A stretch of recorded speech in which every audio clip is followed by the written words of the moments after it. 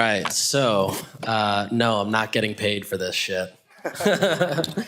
All right, so excited to be here with Tony. Tony is a legend and has built a phenomenal brand. And we're gonna hopefully give you guys a couple of nuggets that you can walk away with and execute yourself. So why don't we start with just a quick background on you, Tony. What got pre-Vessi? What'd you do to get to Vessi? What's your background for context? We started Vessi 2018. Prior to that, my partner and I, we had an incubator company. So we were doing marketing, launching companies for friends and ourselves.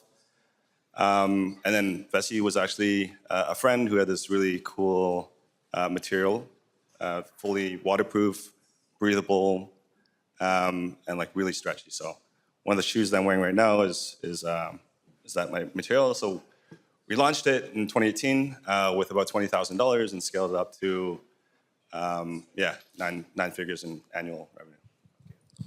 And okay, so you launched in 2018. You're already over 9 figures, which is pretty wild. Yeah. You raised no money?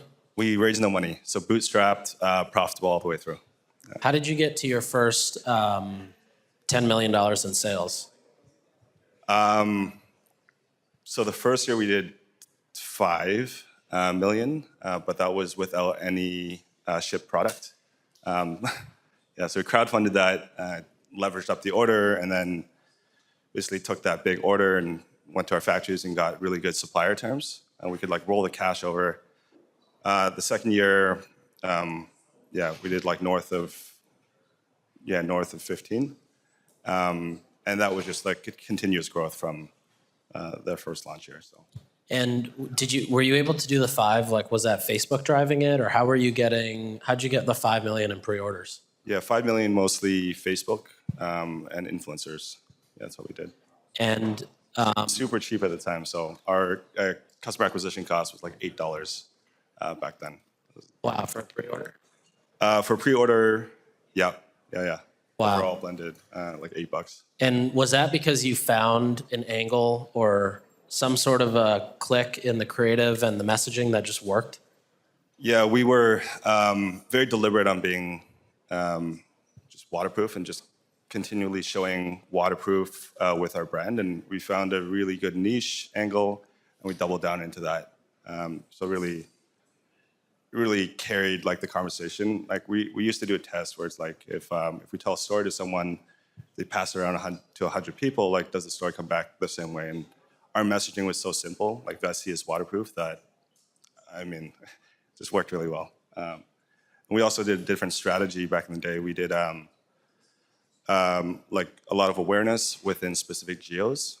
So one of the cool tactics that we could do before was we would get someone to film within like a local geography. So we're from Vancouver, so we get them to capture the background of Vancouver while doing some boots on the ground type marketing.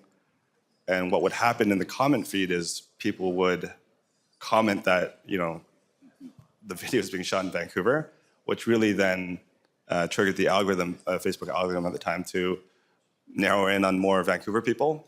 And that got the flywheel going. So efficiency within a specific geo got really, really good. And we replicated that model to New York, Seattle, Toronto, and all the other different geos that we were dominating in. Yeah. So at the time, it was mainly Facebook. And today, you're doing over 100 million. How has your marketing stack changed? So we have an interesting strategy because we're a consumer, like we're a visual product. So we do what's called like, first like we call it like the 20-foot test, 10-foot, 20-foot test, is can I recognize what that person's wearing from like 20 feet away? So starts with the product and making sure that the product has really that red thread that goes all the way through to like all our different styles.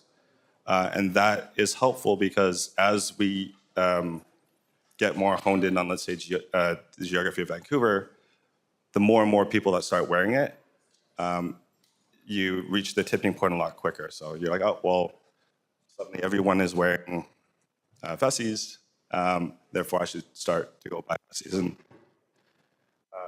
interesting test like you could all do is like next time we say something like that, like, oh, everyone's drinking Starbucks or everyone's wearing thing, just trying to count the amount of people that are actually doing that thing, and it's usually 1 in 5. So that is what we identified as the tipping point, and then really focused around like niche segments that had a use case for our product. So within geographies, so teachers, pet owners, healthcare workers, parents, big list. And from a channel mix standpoint, where all are you running? So you've got Meta. Yeah. Sounds like a ton of word of mouth. What about like influencer, postcard, TV, TikTok, Snap? Yeah, right now it's evolving. So we're like even higher funnel now. So we have TV. We ran a catalog last winter. It was pretty good. The cost is incredibly cheap. So it was about $1 per catalog. We printed off a 30-page catalog. We shipped it prospecting and retention, existing customers, and it turned out like a 3x. So pretty good on that. Yeah. But our spend split right now is about 60% Meta, about 20% Google, and then influencers and some other testing channels. So is the influencer kind of like your main top of funnel then? No, it's a variety now. So we have like some PR articles. It's like they can discover it through an influencer, but then how do we hit them afterwards is maybe through, well, the journey's different, right? So Facebook, or they do a search, word of mouth, seeing by virtue of other people wearing the shoe. That also helps. So the entire strategy works as like a holistic marketing funnel. Got it. When you work with influencers, do you expect a certain level of performance out of them, or are you mainly looking for the awareness and kind of the cosign that comes with that creator using or wearing the products? Yeah, definitely we look for performance. So we bought like YouTube influencers really early days. So I guess the strategy is you just kind of calculate their CPMs and then pay them on a CPM basis with a readout. Got it. It's like gambling. Is PR still as effective for you guys as it was maybe back when 2020 or 2019? Yeah, I think so. Like affiliate articles, and then just running it back into the distribution channels like Meta again is useful, or influencers. Nice. What about some of the changes you made on the website? So what were things you did on your storefront as you scaled the business, either because you were going out of your kind of local, not local, but like, basically from when you were a $15 million a year brand to $100 million a year. And I say that with the example of, like Lululemon, for example, probably spends most of their advertising dollars on brand building and awareness building and just getting people more excited about the brand. Have you guys also shifted your media to focus more on building affinity versus just direct response?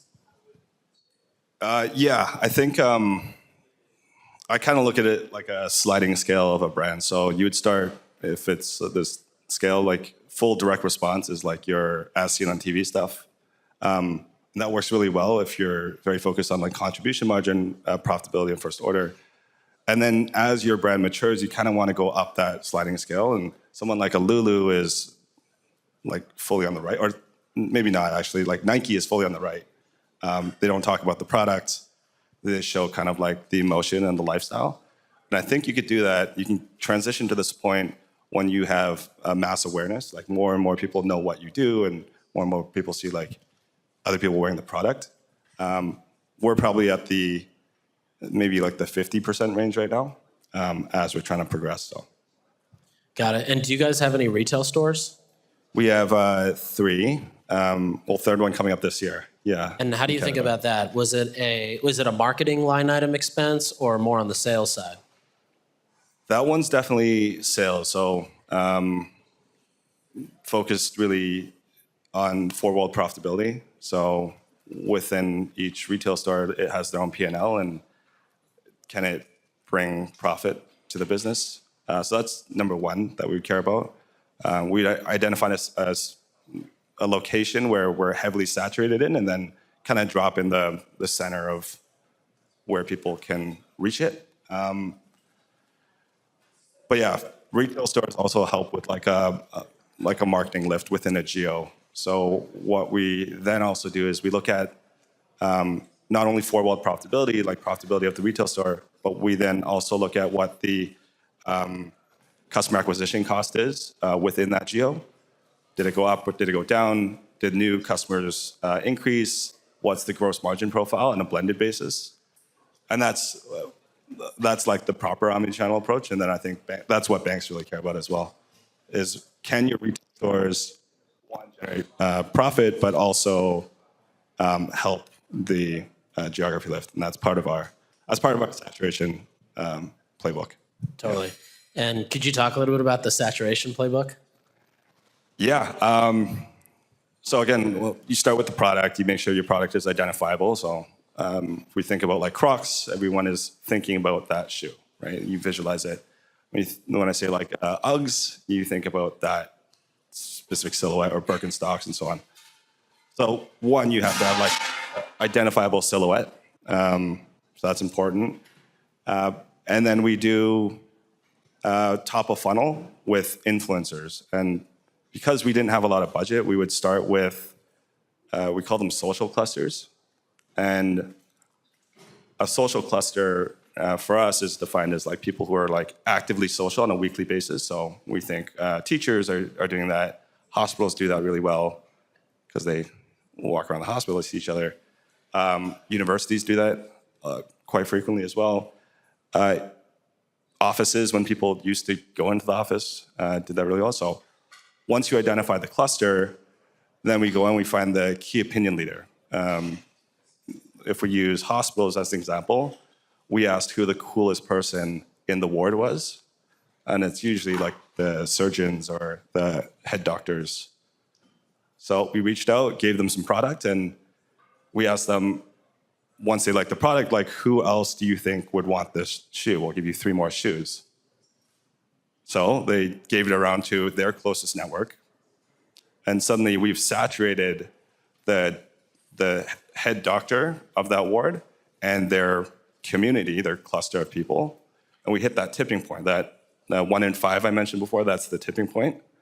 And suddenly within that cohort of people, they think everyone has Vessis.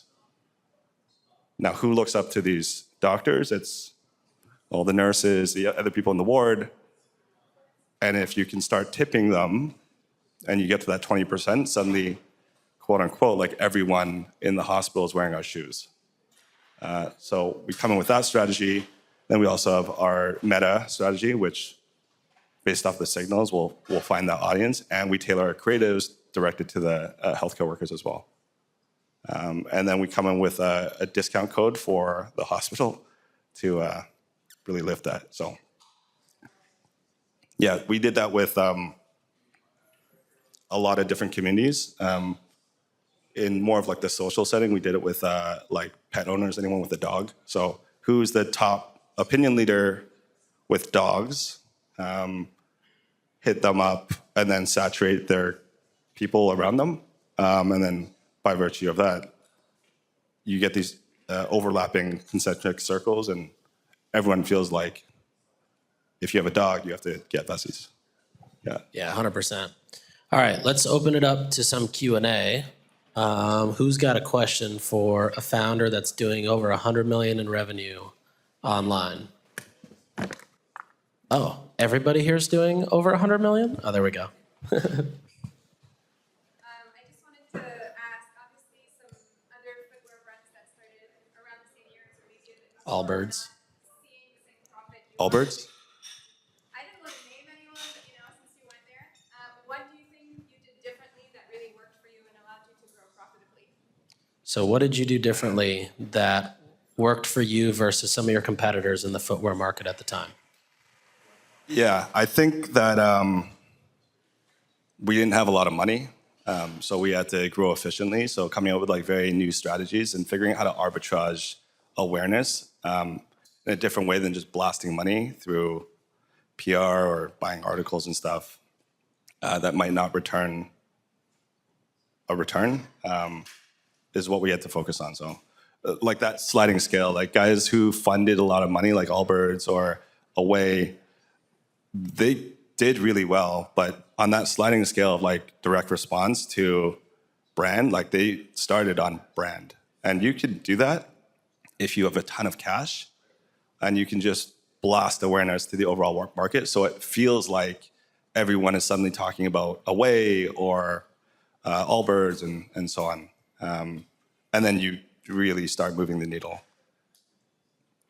But when you do that, like, I mean, they fund it differently because they're like, oh, well, look at my lifetime value on this first order. So they were actually actively losing money on every purchase, on every first order. And because footwear is, apparel is very cyclical and trend focused, usually when you hit this like 40% saturation within a cluster of people, it really becomes uncool. You don't really want to wear it anymore. So you kind of fall off the other side of the trend. And that's kind of what happened to Allbirds. Like they were a silhouette. They tried to really position against sustainability, which is important. I just don't think it's kind of a too many people's like defining factor when making purchases. I think it kind of falls maybe like third point or second point. Maybe for some people, it's maybe for like 5% of everyone, it's like, hey, like I only buy it if it's sustainable. But even, I mean, I'll ramble off that, but yeah, I don't think sustainability is kind of solving someone's personal problem, which isn't that effective. Where we solve a real problem, which is not having to wear rain boots and just having like an everyday, truly everyday sneaker. Yeah, every time we've run messaging tests for Everlane or Kuyana or whoever, sustainability is always the last thing people actually care about. Although it's usually the first or second thing they say they care about, but in reality, no one cares. Yeah. Virtue signaling, right? Is that?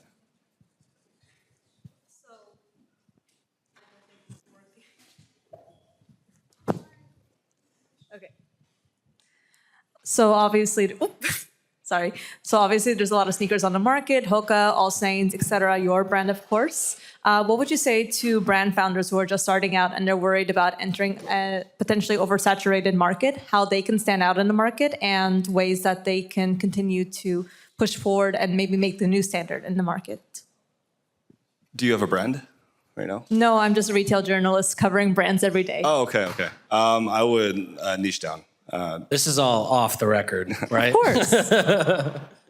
Niche down, very niche. Actually, Drew, we met a year and a half ago.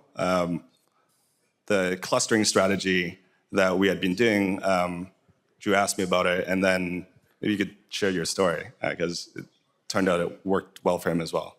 But yeah, if you want to come up.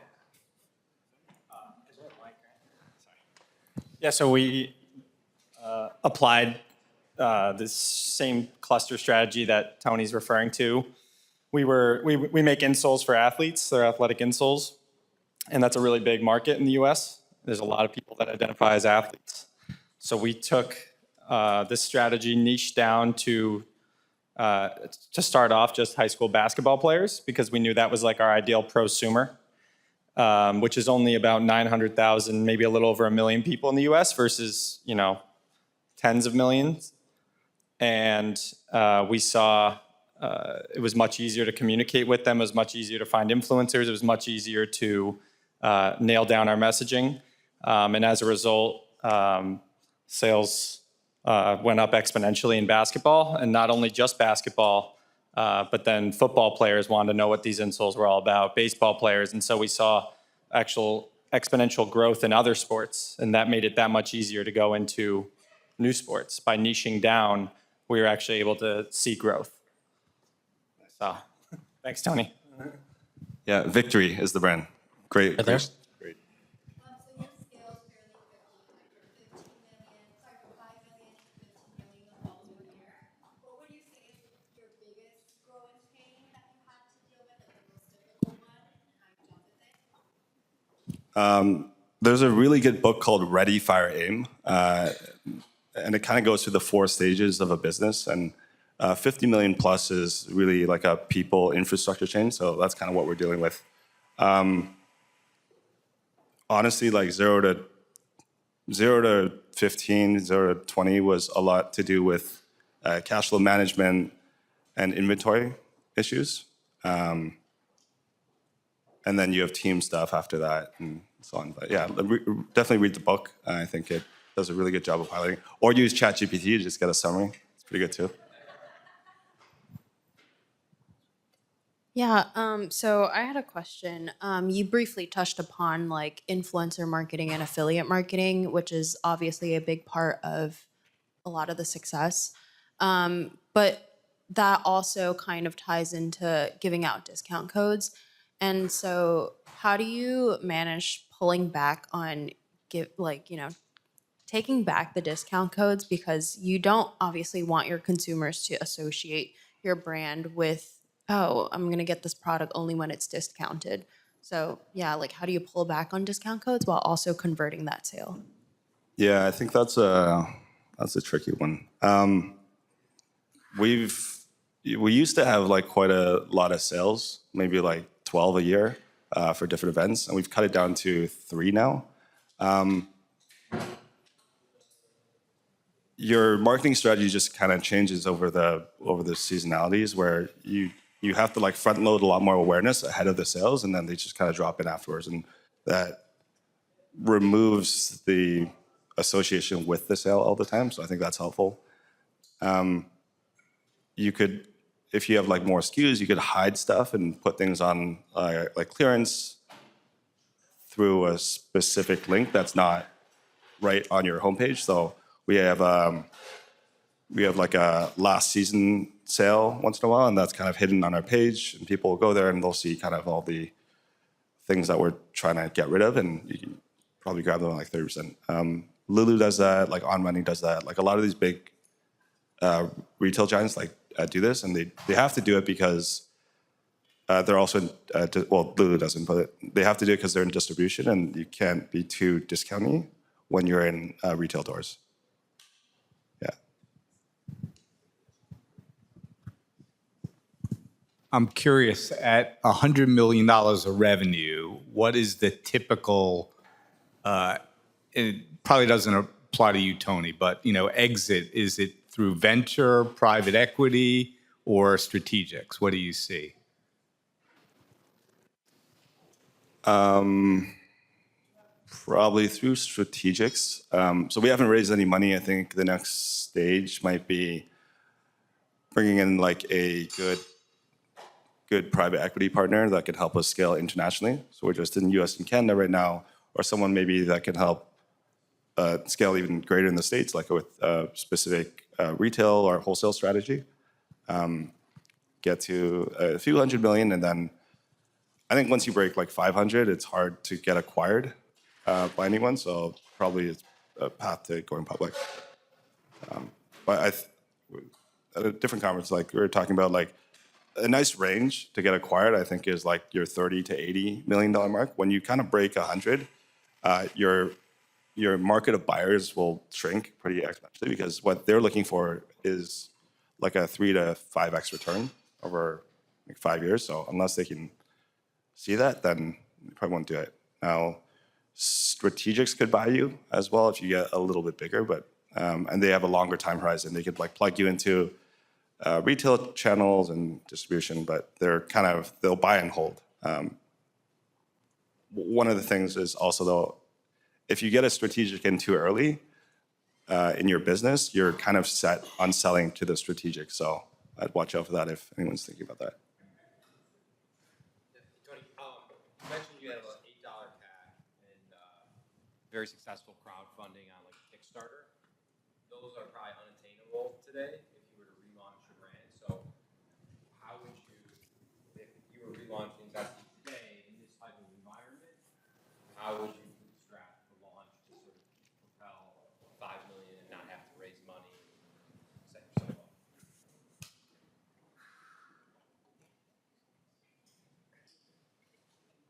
The math is mathing. Yeah, I think like influencers is probably, I don't know.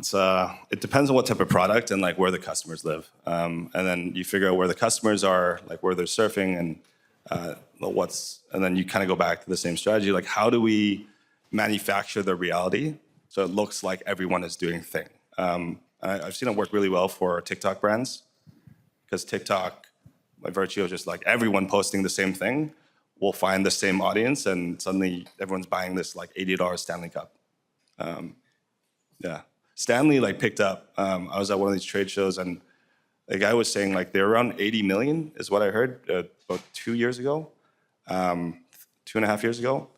And they picked up because a lot of Brazilians travel back and forth from the States and they were bringing these Stanley Cups back to Brazil and using them for, it's called like matcha drink. And it was a really good matcha drink. And within Brazil, it was seen as very exclusive.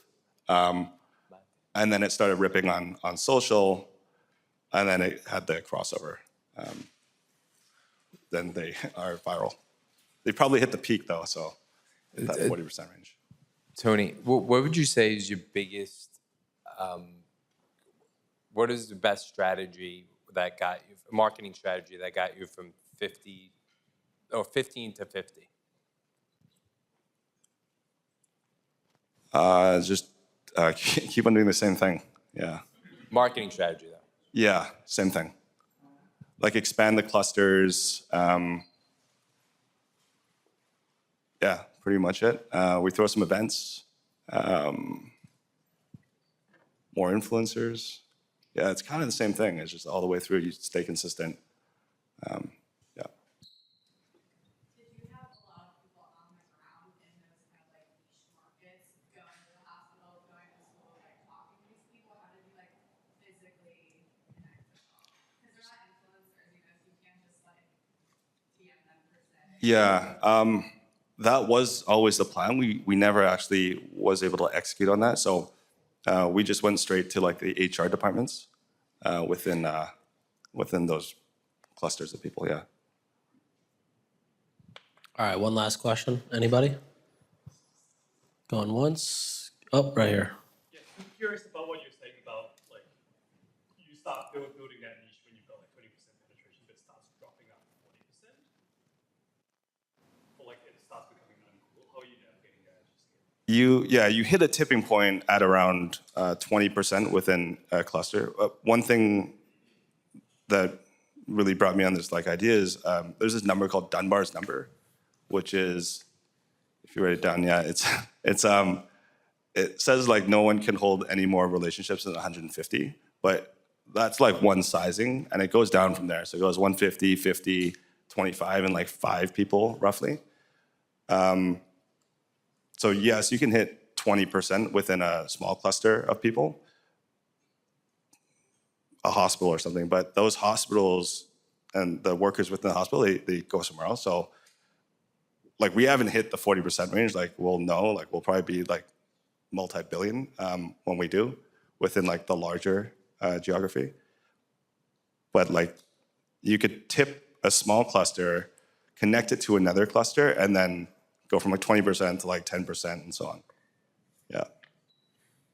Oh, I got a cool point. So if anyone's in, whoever is in fashion, I think what also happens is if you get this like market saturation with a specific silhouette and it starts to really trend up, around the 8% mark to like 10% is when the fast fashion companies come in. So you have like your Skechers, your Steve Maddens, go on their website, like you'll see every single silhouette that's popular like on their page. Looks exactly the same.